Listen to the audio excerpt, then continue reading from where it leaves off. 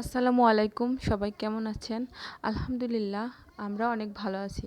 আজকে দেখাবো আমরা ছোট মাছ হাতে মাখিয়ে রান্না করা। প্রথমে আমরা কড়াইটাকে ভালো করে ধুয়ে তার মধ্যে মাছগুলোকে দিয়ে দিব। তারপরে বেটে রাখা মশলাগুলোকে দিয়ে দিব।